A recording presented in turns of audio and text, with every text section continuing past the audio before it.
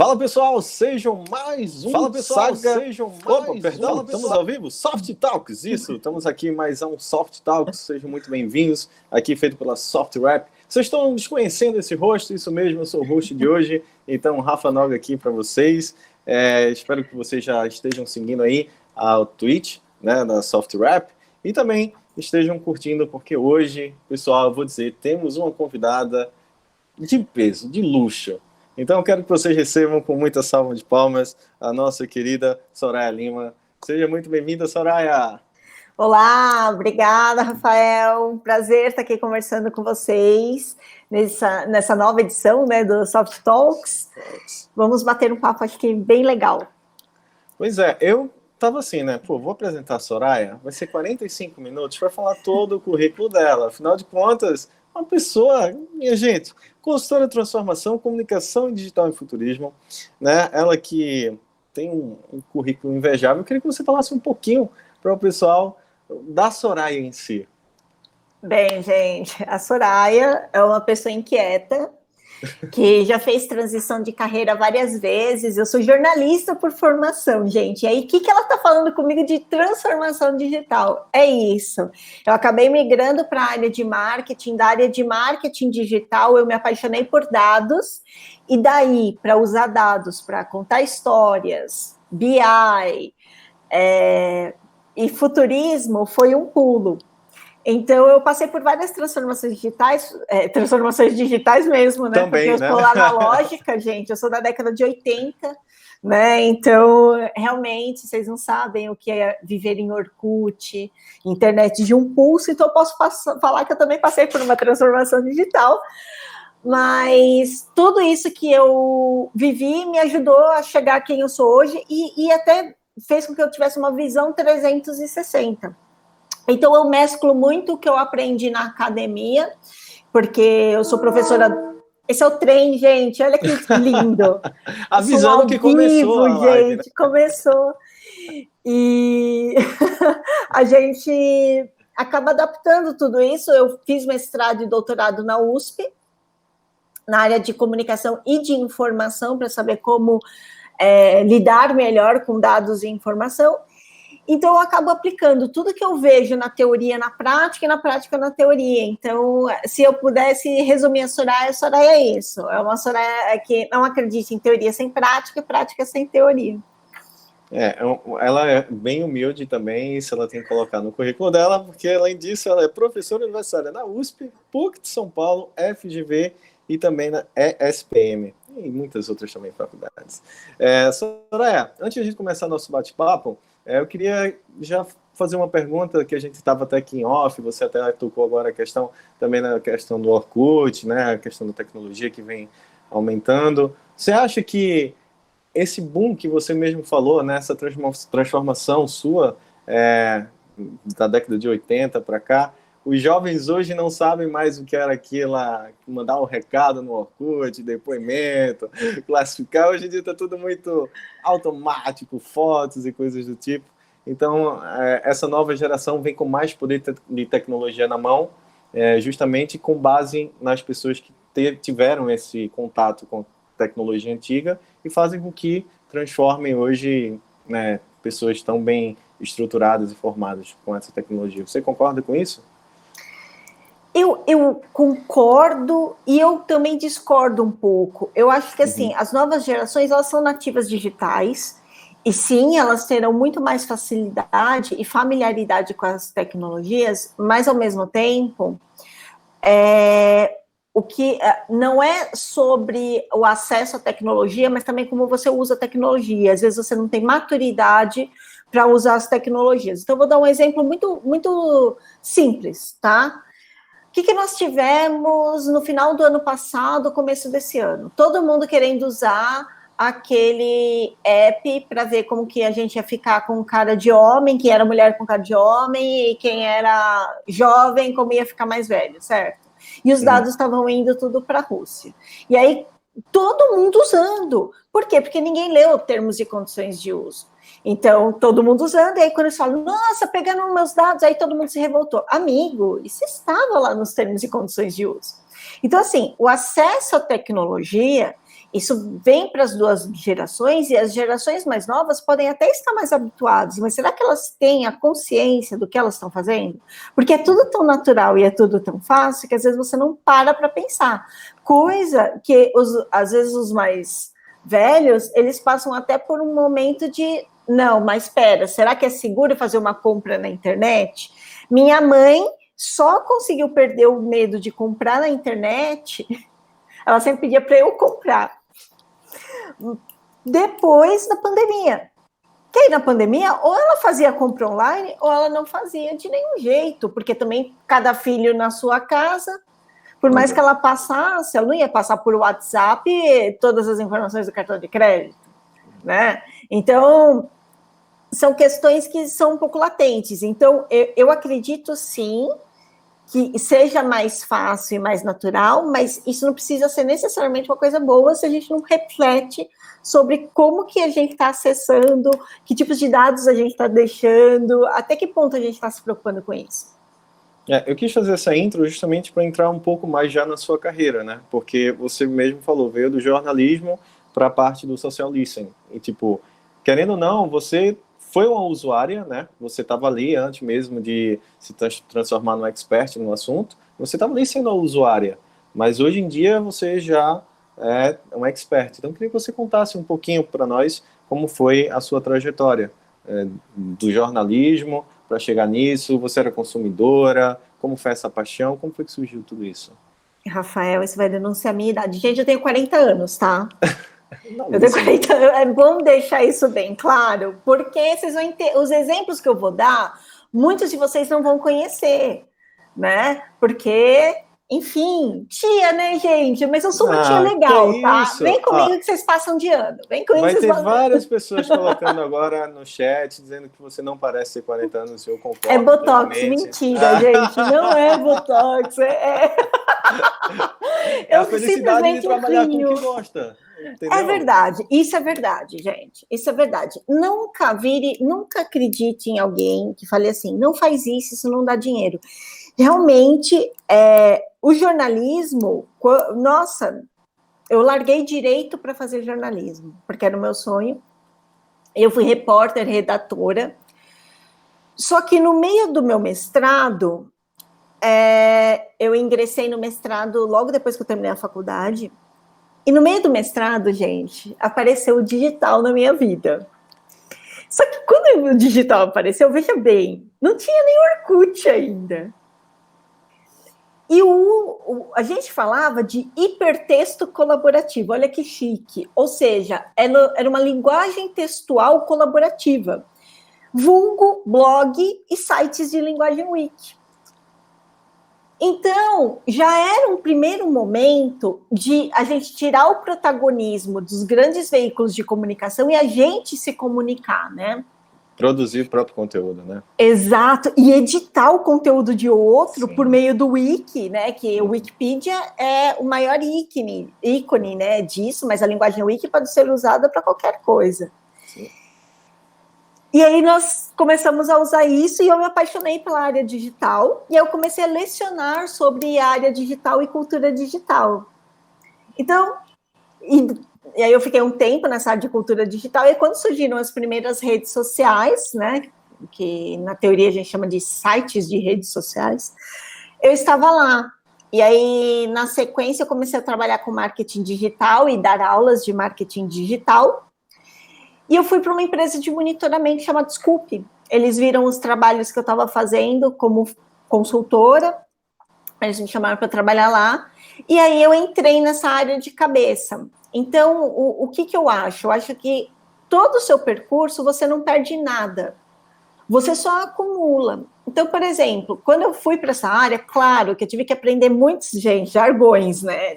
Principalmente marketing, porque imagina, Nossa. né? Não tinha, gente, não tinha. Jornalista é completamente diferente da área de marketing. Parece que eu vendi minha alma para o diabo. Quando eu migrei para os meus amigos, era melhor assim, eu prefiro Só eu preferia que você tivesse morrido a ter ido para a área de marketing, vendida. Era isso que eles falavam. Eu falei assim, eu estou ganhando dinheiro, vocês não, então fica tudo bem. Vou pagar essa rodada de cerveja, vai ficar tudo bem.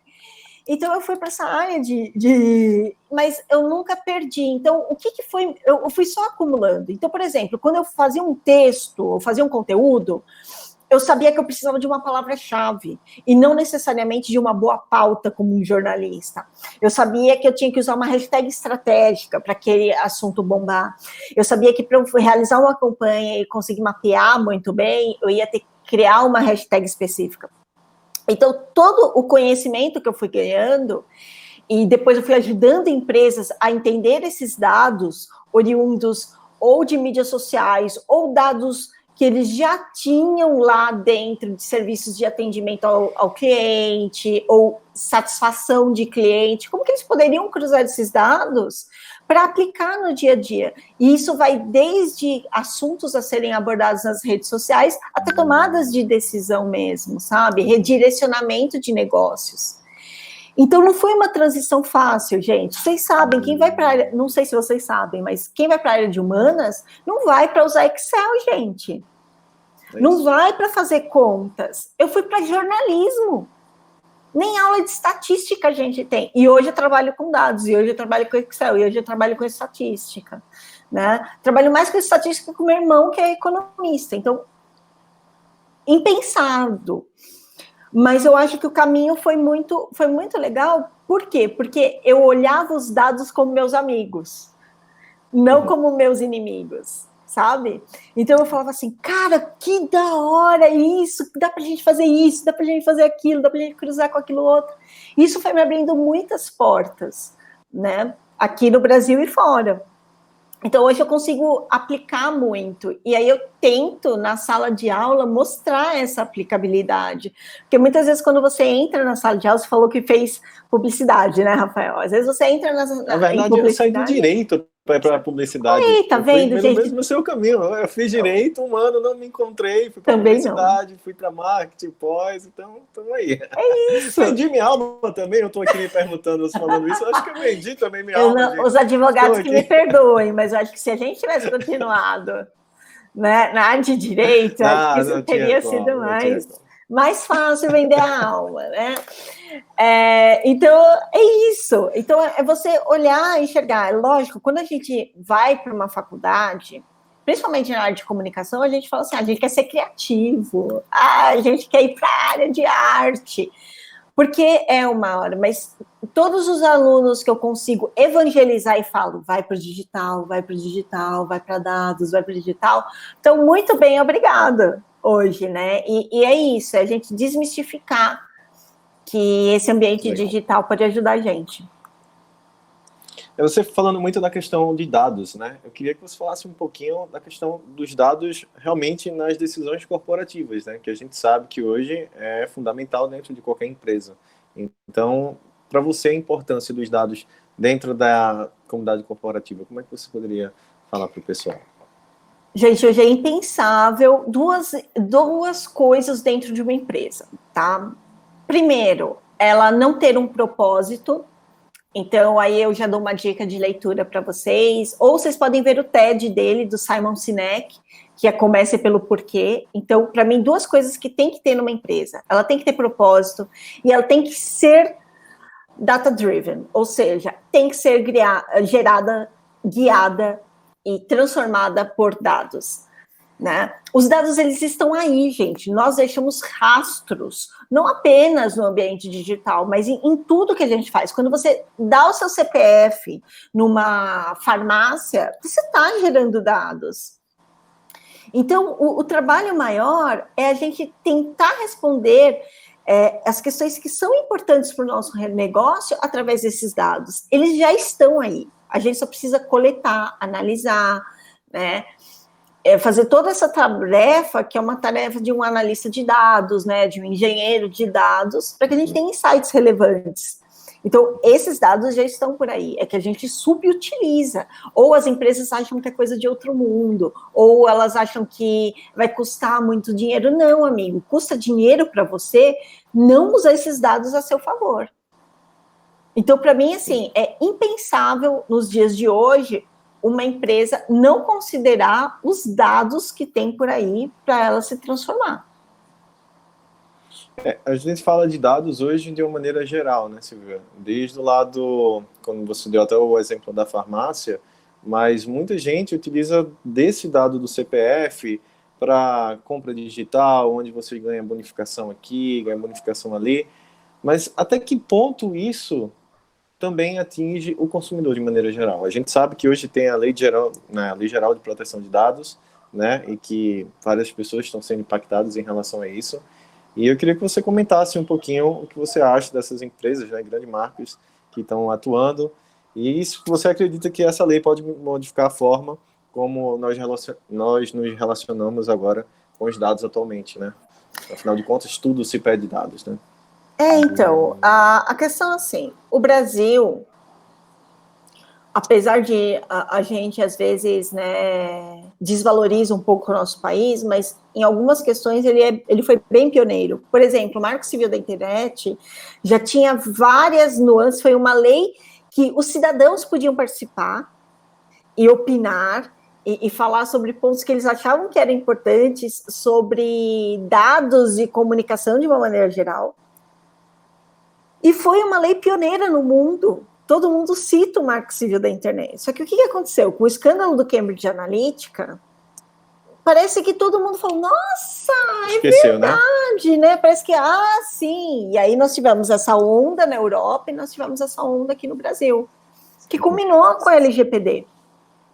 O que acontece é o seguinte, nós não fomos alfabetizados digitalmente.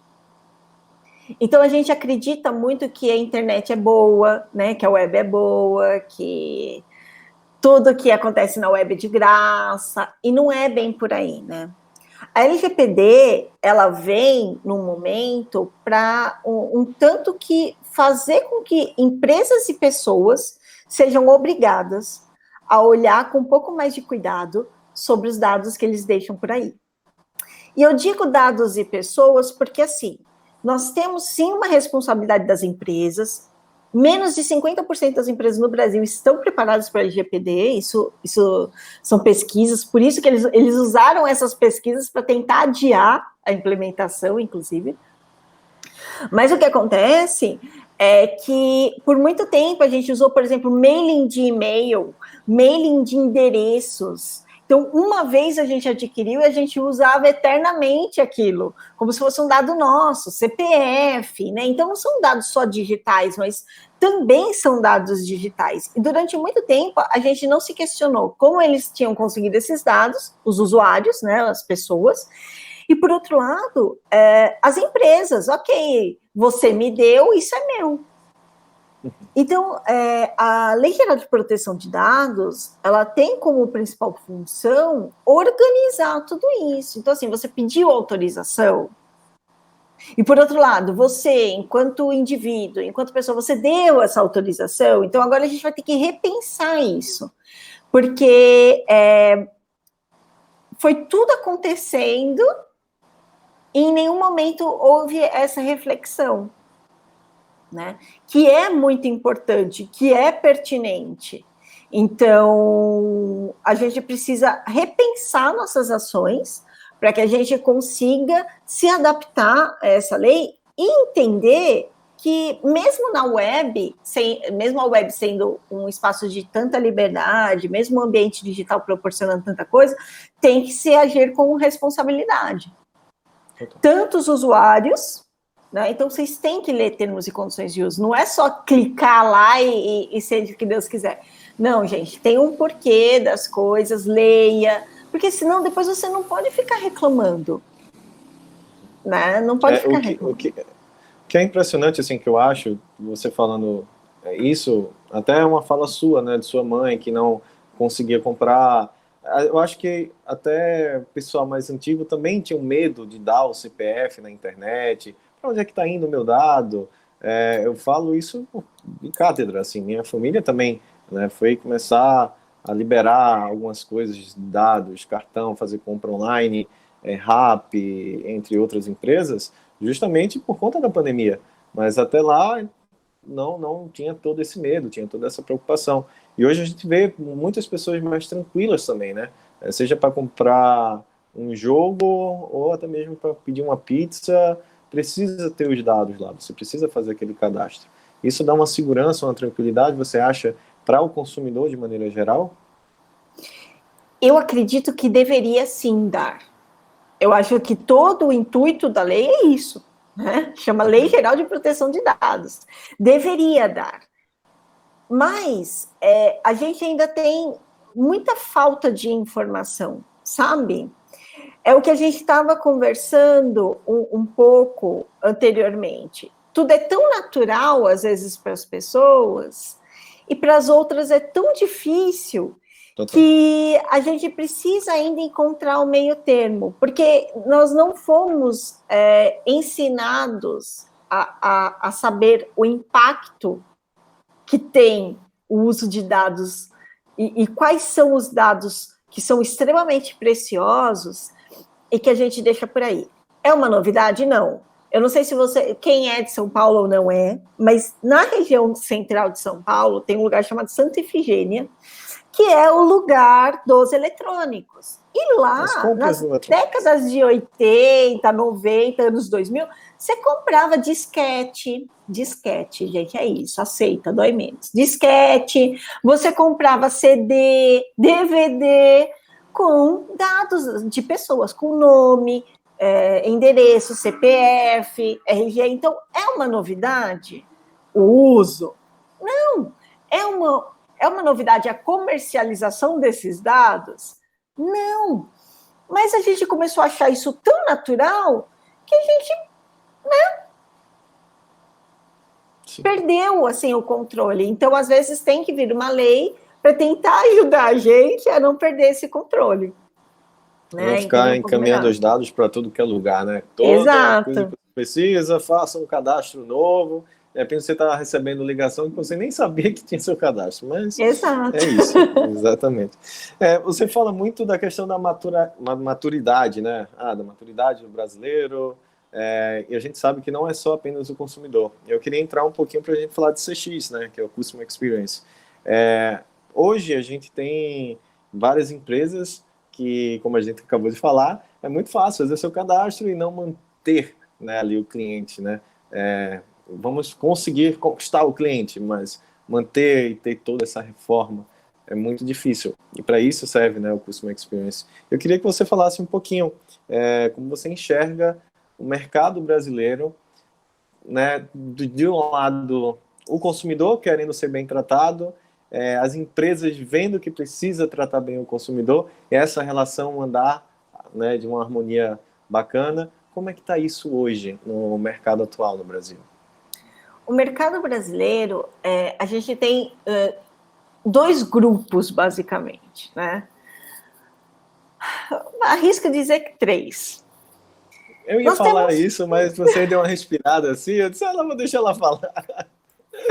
Bem, nós temos aqueles que já nascem com a mentalidade de transformação, já nascem com propósito, já nascem orientados por dados, e aí eles já entendem que a experiência do consumidor, antes de mais nada, é a força motriz. Então, o consumidor, ele consegue, né, ser realmente o centro das atenções, né, o humano como centro das atenções, e aí geralmente essas empresas, elas são um pouco mais,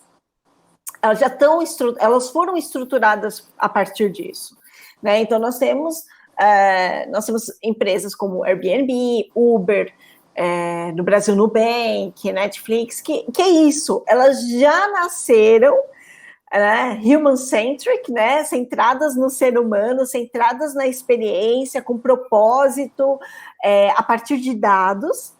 Você tem aquelas empresas que mesmo antes da pandemia, mas sobretudo na pandemia, tiveram um chacoalhão, e assim, ou a gente passa por essa transformação de mentalidade, essa transformação digital, ou a gente vai sofrer muito ainda. E por outro lado, nós temos aquelas pessoas que, assim, são empresas que estão há décadas no mercado e sempre foi assim, e sempre deu certo, e eu ainda estou vendendo e vou continuar assim, né? Que a gente chama de empresa familiar, né? Muitas delas são empresas de Muitas delas são família. familiares, mas muitas delas eu chamo de mentalidade 1.0 num ambiente que já está 4.0, sabe? Então é aquela mentalidade de panfletagem que não estou diminuindo. Em alguns casos, um carro com um megafone funciona ainda em alguns negócios. Esse tipo de comunicação, funciona. Mas será que vai continuar funcionando por quanto tempo? Uhum. Vai depender também do público, né? Onde ele está, onde é a praça que ele está atingindo, né? Se ele realmente quer ampliar os negócios. Agora, eu vou um pouquinho além. A gente sabe que não empresas de famílias, mas empresas que já estão há muito tempo no mercado, né? A gente pode citar várias aqui que estão há mais de 20, 30 anos e que agora deram, como você falou, né? Essa virada, que precisamos mudar realmente total para o digital.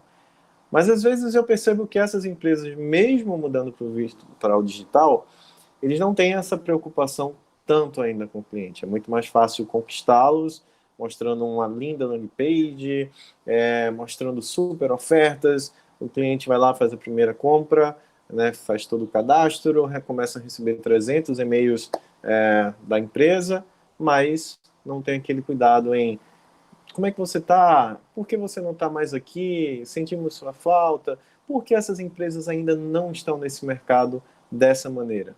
É porque a transformação digital não é uma transformação de mentalidade, de cultura. Então, quando a gente fala de transformação digital, não é fazer um site, uma landing page. A mentalidade digital é uma mentalidade fluida, é uma mentalidade de não lugar, é uma mentalidade de você criar personas e não público-alvo, de você entender o seu cliente como indivíduo e não como grupo, sabe? Vai um pouco mais além. Então, quando a gente fala de transformação, digital, eu não falo apenas de tecnologia, é uma mudança de cultura, é uma mudança de mentalidade, é uma mudança de você entender que, assim, hoje, a jornada do consumidor, ela é muito mais complexa, né? Eu participei recentemente de um encontro do Google, que teve um mesmo consumidor que ele passou por 200 pontos de contato antes de fechar um negócio. 200! Aí, mas será, o que isso tem a ver com transformação digital? O que isso tem a ver com a experiência do consumidor? Amigo, se ele passou por 200 pontos de contato, significa que ele ainda estava pesquisando muito sobre a questão. Se ele tivesse tido experiência ruim em um ponto de contato, isso não teria acontecido. Ele não teria chegado em 200. Ele realmente queria comprar. Porque a experiência do cliente, se ela é ruim em um ponto de contato, acabou. E as empresas, elas não entendem que o custo de manter um cliente é 7 vezes menor do que o custo de conquistar um novo cliente.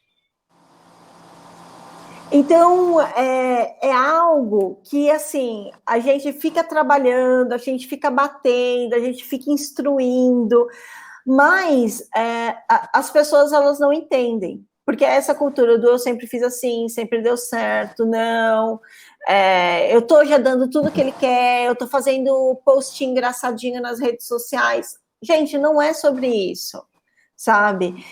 Hoje, nós temos muitos concorrentes, e os concorrentes e os produtos são cada vez mais parecidos. Se você não coloca um diferencial, e não tem como você se distanciar. E uma das coisas que faz com que tenha o diferencial é a experiência, gente. Pega a Apple.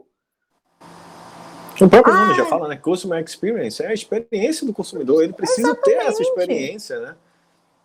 No puxar a caixa, né? Tirar da embalagem, que a embalagem não é fluida. Você tira, não, você tem que ficar assim. Toda essa expectativa. Eles são reis nisso. A Apple é rei, é rainha, né? Verdade. Nesse quesito. Então, assim, a experiência conta muito. E hoje, se você tem uma má experiência, você não tem o retorno desse cliente. Ele não volta mais. Ele não volta mais, tá? Então, a gente tem que pensar nisso. O customer experience, hoje, porque a gente precisa de maturação, né? Então, se a gente ainda não tinha empresa que tinha 25 anos de internet no Brasil, e tem empresa que ainda não tem site, então, assim, às vezes demora, gente, demora. Mas vai sair na frente a empresa que entender que proporcionar uma boa experiência não é algo a mais, é o princípio de tudo. Total. Você falou da Apple, eu acho que a Apple é um caso, né, um case muito correto de ser dito. A gente teve agora o lançamento do novo iPhone, mesmo ele não vindo com carregador, não vindo com, né, o fone, eu já vi que as compras chegou em 2 milhões, em comparação ao ano passado do iPhone 11, ele chegou a bater 80% de vendas. Ou seja, é a experiência do consumidor. Quem é Apple sempre vai estar ali, ele não vai estar aberto porque a Apple se preocupa com o cliente, com a experiência, escuta o que ele está querendo melhorar. Eu acho que é muito isso. E outra empresa que você citou foi o Nubank, né? Que é o Nubank, a gente já pode pegar como um case atual aqui no Brasil, tudo, que se preocupa muito com essa questão também do CX. E eu queria que você falasse um pouquinho, você falou da cultura, falou da experiência, seriam esses os pilares assim principais e estratégicos que a empresa precisa para conquistar esse objetivo final de ter uma questão de harmonia junto ao cliente? Sim, propósito, posicionamento, cultura organizacional e o customer experience, né? Tudo centrado no humano, porque se você tiver esse conjunto, você consegue performar muito bem, porque muitas empresas, o que a gente via de empresas antigas? Inclusive pela forma de comunicação delas, elas colocavam a demanda, né? Não existia demanda sobre algo, mas eles colocavam a demanda, né? Você precisa ter isso, você precisa comprar, né? Quem é você se você não comprar isso? Nós mudamos um pouco, né? As empresas que surgem agora, elas surgem com propósito, posicionamento e a partir de uma demanda da sociedade. Então, havia uma demanda por hospedagem de baixo custo e um pouco mais personalizada, veio o Airbnb. A gente precisava de bancos mais ágeis, com menos burocracia, né? Nós tivemos as fintechs. Então, todas essas nuances, elas acabam construindo o cenário ideal. Por exemplo, uma das métricas mais importantes, além do NPS, né, Net Promoter Score, que é o índice de satisfação do cliente, outro índice que é fundamental e a gente usa muito em CX é a questão do índice de esforço do cliente.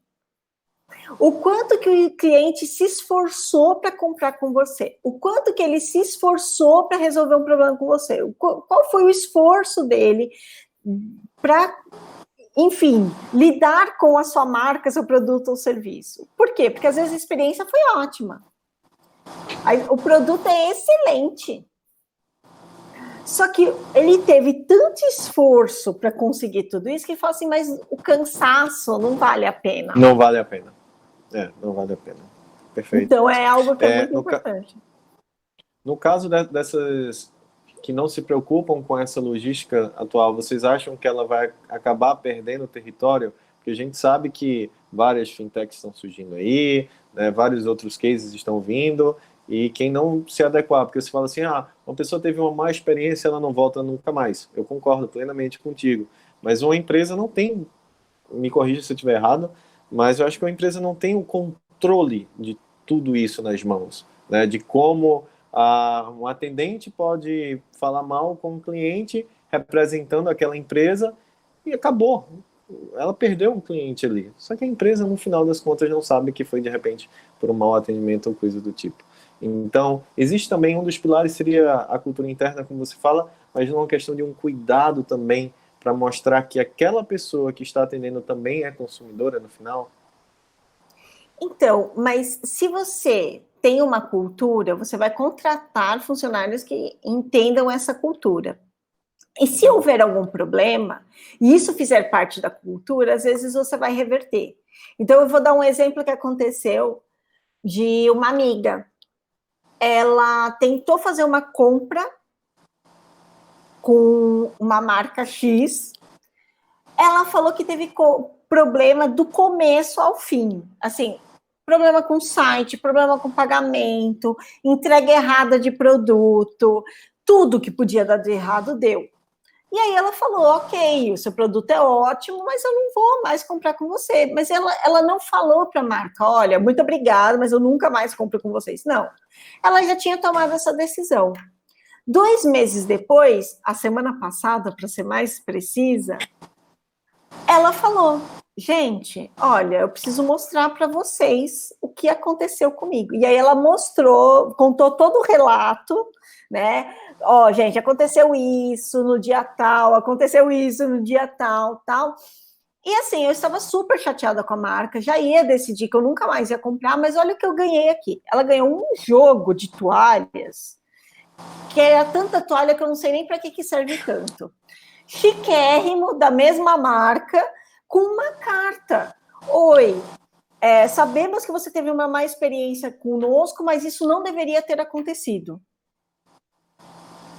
Eu sei que essa toalha não vai secar, provavelmente, as lágrimas de raiva, mas que a gente pede para que você nos dê mais uma chance, estamos tentando melhorar. Você está vendo que quando você tem a cultura do cliente e você entende que conquistar um novo cliente custa 7 vezes mais do que você manter inclusive um insatisfeito, por quê? Porque um cliente insatisfeito, ela ainda foi fina, ela não foi para as redes sociais fazer testão, porque a maioria vai. E aí o que acontece? Internet, né, redes sociais, site, é ponto de contato, reclame aqui. Se eu vejo que todo mundo está reclamando, eu vou comprar? Não vou. Então, a marca, ela foi muito esperta. Então, se você tem a cultura, mesmo acontecendo de um funcionário tratar mal, você vai ficar sabendo do ocorrido, porque você faz o monitoramento, vai ter um saque, vai ter uma ouvidoria, e aí, como você vai gerenciar isso é que vai mostrar se você realmente é customer-centric ou se você fala que é e não é. Entende? Total. É como você gerencia. Por isso que precisa da cultura. Né? E aí você contrata pessoas que têm sinergia com isso, se é esse o caso, né? Mas tem outras questões também.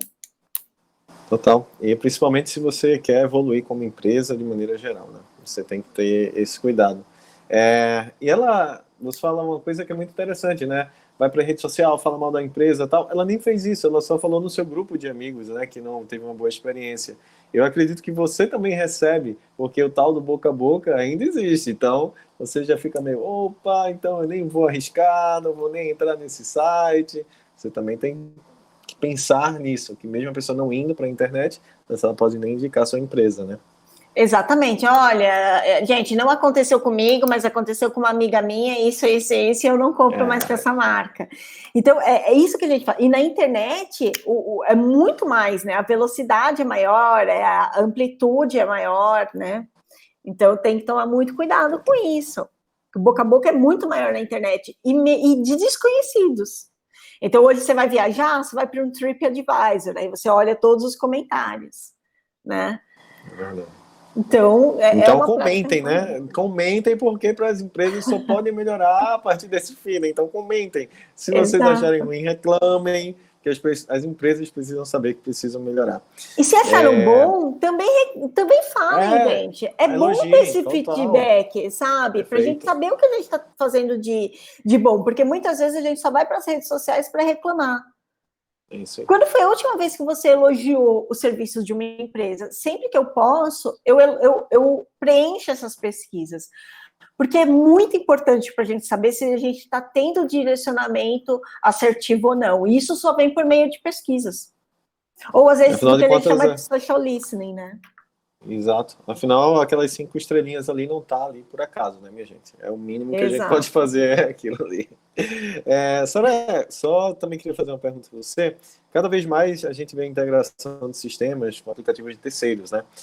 Você considera seguro manter essa base de dados com uso de dados espacial, assim, de maneira geral, ou não? Você acha que já não é algo tão seguro? Eu acho que depende muito. Eu acho que, assim, a questão de segurança hoje é muito relativa, sabe? Ela é muito relativa.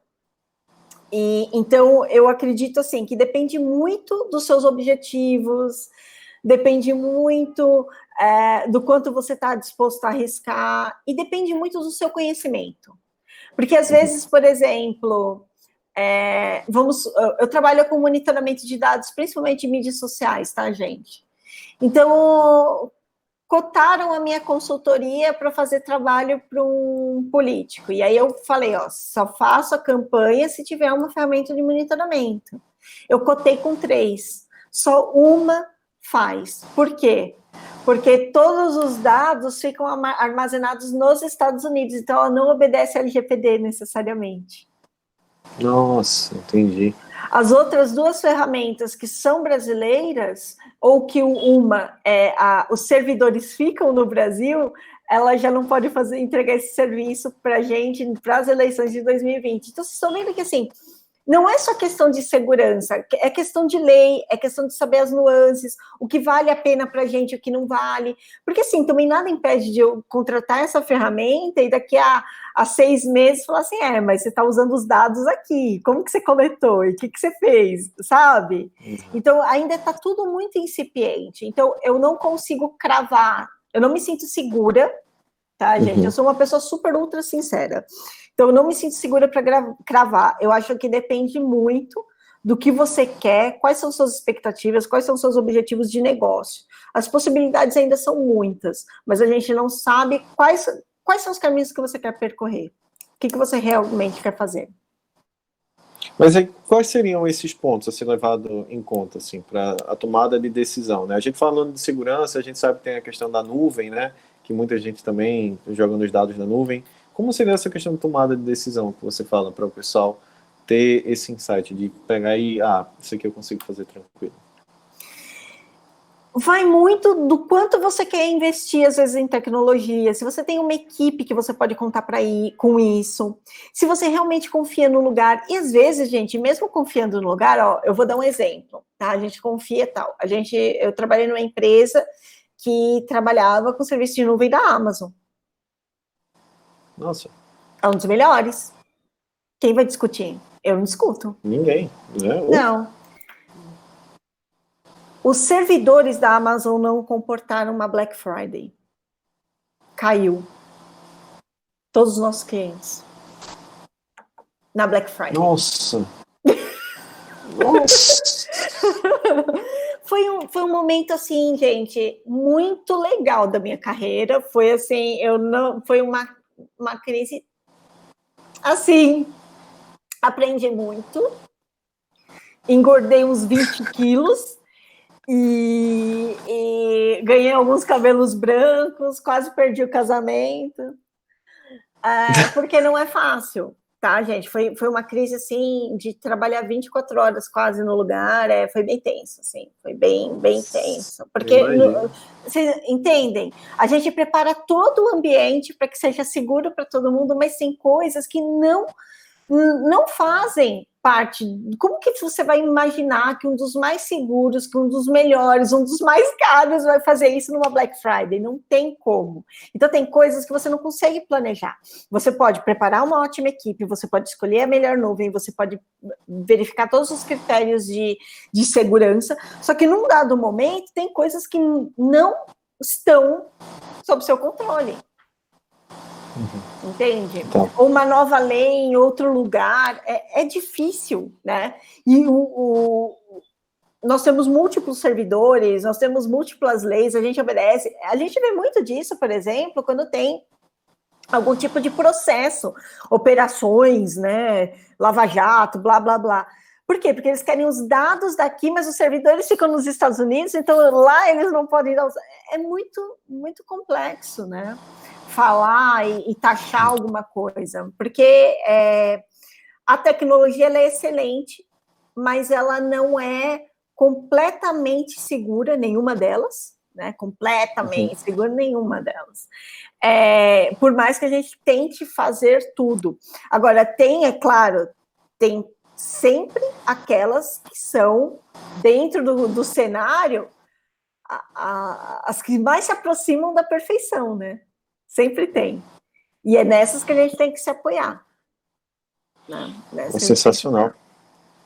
Eu queria só que você falasse um pouquinho, a gente falou do social listening, né, que você falou que é a sua especialidade e tal, das questões de monitoramento, rede social. A gente sabe que é uma ferramenta muito importante, né, para você poder calcular, né, uma marca, o posicionamento dela, uma empresa e tal. Você acha que, a partir desse momento de pandemia, isso começou a crescer, além do, como você falou, né, do posicionamento de dados e tal, mas as pessoas começaram a se preocupar mais, lógico, as pessoas estavam dentro de casa, as pessoas estavam lá, a tecnologia estava sendo usada muito mais do que antes, mas até que ponto as empresas começaram a se preocupar mais com isso, na questão da pandemia, e como você vê um cenário pós-pandemia?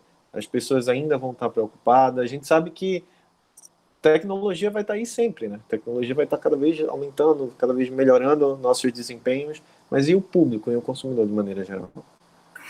Então, eu vou te dar 2 cenários, tá? Eu fiz um trabalho para o Sebrae, atendendo microempresários, pequenos empresários do Brasil inteiro. Por quê? Porque nesse momento de pandemia, muitos nem se preocupavam com o digital, e aí tiveram que fazer tudo a toque de caixa, porque senão eles iam falir. Quebrar. Né? Quebrar. Então, assim, o que parece muito simples para a gente, nós temos um Brasil muito diverso. Parece simples para a gente, como, como você não tem um site? Como você não tem uma fanpage? Não, não tem. O que é uma fanpage? O que é? Como que eu olho o dado do Instagram, sabe? E por outro lado, inclusive tem uma plataforma do Google chamada Think with Google, que traz muitos dados, né, sobre isso. Então, eles mostraram o quê? Que as pessoas, elas foram para o digital, foram para as mídias sociais, elas se apropriaram desses ambientes para se informar, para comprar e para estabelecer relações com as marcas. Não é à toa que várias dessas mídias sociais fizeram projetos para pequenas e microempresas. Exato. Né? Então, houve uma sinergia muito grande, mas é por isso que a gente tem que ficar plantando essa sementinha de mudança de cultura, né? Que o digital não é um bicho de 7 cabeças, que você não precisa estar em todos os ambientes digitais, mas daqueles que são mais assertivos para o seu público. Não é você ficar só postando em rede social, você também tem que interagir com o seu público. Então, são várias nuances dos 2 lados, né? Então, o público vendo mais o ambiente digital também como um ambiente de negócios e não só de relacionamento social, né? De conversas e tal. E as marcas se apropriando desse ambiente para conversar melhor com o seu público. Mais do que nunca, a gente viu a força das comunidades. Então, se tem uma coisa que eu vi, é lógico, gente, vou denunciar de novo a idade, mas comunidade, fórum, sempre fez pauta, tá? Então, assim, a essência da web é comunidade. Eram grupos que se formavam para discutir certas questões, tá? E essa é a internet raiz, gente, esse é o web raiz, tá? O que acontece é que a gente foi, às vezes, perdendo, e aí a gente saiu de pequenos grupos, ou de alguns grupos isolados, e a gente foi para mídias sociais. Quando a gente vai para essas mídias sociais, a gente amplifica as nossas relações. Mas a pandemia fez com que a gente voltasse para essa web raiz, de grupos, de sintonia. Tanto é que foi uma das primeiras vezes que a gente viu propaganda do WhatsApp na TV aberta, propaganda de grupos do Facebook na TV aberta. Facebook. Gente, né? É impensável isso antes. Então, a gente viu uma mudança de postura. Então, os grupos dentro das mídias sociais, eles são muito fortes. E aí, dentro desses grupos, a gente se sente livre para falar qualquer coisa, né? Com certeza. E aí a gente pode ver. Maravilha. Então, para a gente finalizar, aqui, eu queria muito que você desse, né, uma mensagem aqui para os jovens que estão assistindo, né, esse momento tão bacana com Soraya aqui, só tenho a agradecer.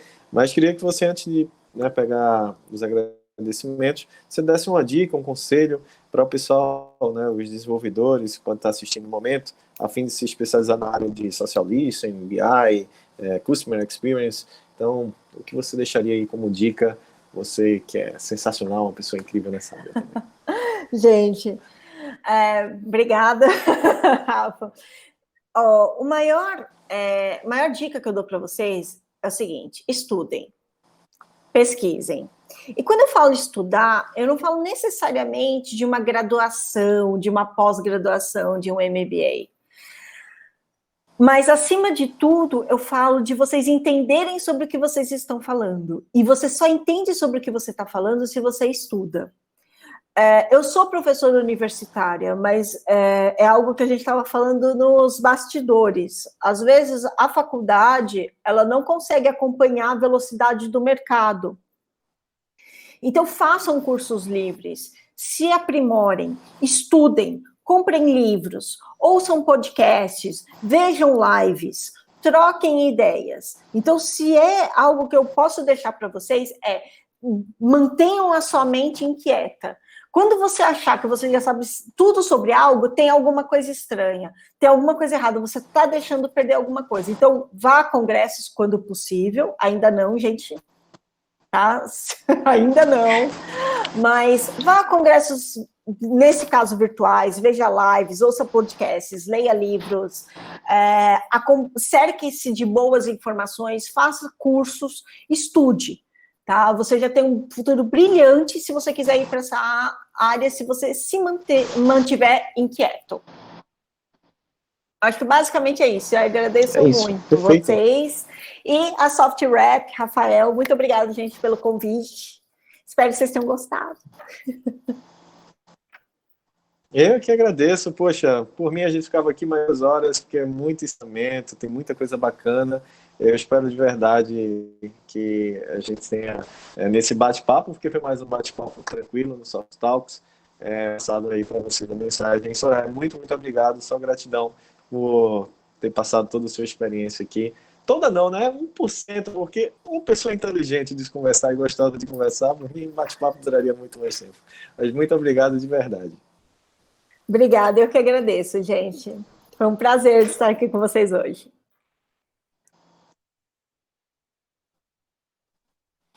Então é isso, pessoal. Muito obrigado.